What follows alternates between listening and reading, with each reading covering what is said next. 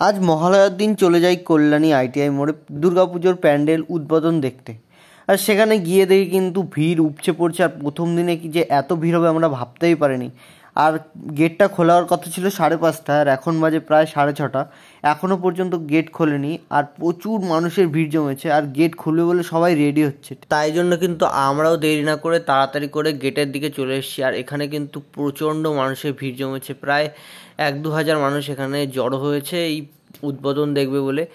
আর সত্যি বলতে এতটা ভিড় হবে আমরা ভাবতেই পারিনি। দেখতেই পাচ্ছ সামনে কিন্তু মন্দিরটা একদম জাস্ট ওয়াও লাগছে। আর আজকেই কিন্তু প্রথম লাইট জ্বালালো, আর এর আগে কিন্তু লাইট কখনোই জ্বালায়নি। আজ উদ্বোধন বলে লাইটটা জ্বালালো, আর বলতে না বলতেই কিন্তু গেটটা খুলে দিয়েছে।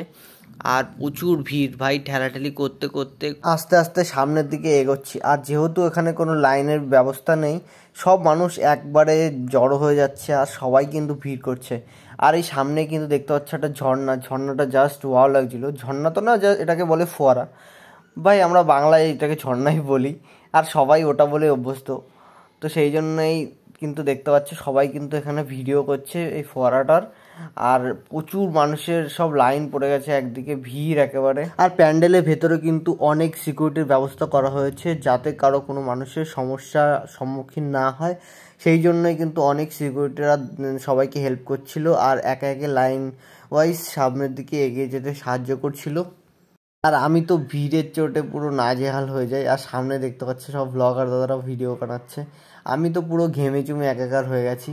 কোনো রকমে আস্তে আস্তে করে সামনের দিকে এগোচ্ছি, 1 পা 2 পা করে করে। আর যত প্যান্ডেলটার কাছে যাচ্ছি ততই যেন এক্সাইটমেন্ট আরও বেশি বেশি করে বেড়ে যাচ্ছে। আর সত্যি বলতে এই যে দেখো ফোয়ারাটা জাস্ট ওয়াও লাগছে। আর আজকে যেহেতু প্রথম দিন গেটটা খুলে দিয়েছে, এরপরে হয়তো 2-3 দিন আবার গেটটা বন্ধ করে দেবে, ভেতরে প্রবেশ আবার বন্ধ হয়ে যাবে। তো সেই জন্যই কিন্তু উপচে পড়েছে ভিড়। অনেক ঠেলাঠেলি করার পর ফাইনালি কিন্তু আমরা ভেতরে চলে এসেছি। আর ভেতরে দেখতে পাচ্ছ চারিদিকে কিন্তু সিসিটিভি ক্যামেরা লাগানো।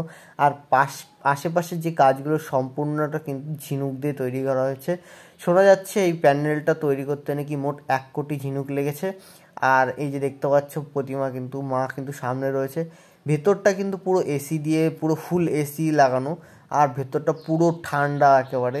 সিকিউরিটি দাদারা বলছিল ভাই দাঁড়াবে না এখানে, তাড়াতাড়ি করে বেরিয়ে যাও ভিডিও হয়ে গেলে। ভাই অনেক রিকোয়েস্ট করে যত পারছিলাম ঢিলামো করে করে ভিডিও করার চেষ্টা করেছি ভালোভাবে, কিন্তু বেশিক্ষণ থাকতে দেয়নি, তাও বের করে দিয়েছে। তো এখন যাবো আমরা বাড়ির দিকে। ভিডিওটা ভালো লাগে লাইক করে দিও। তো চলো বাই।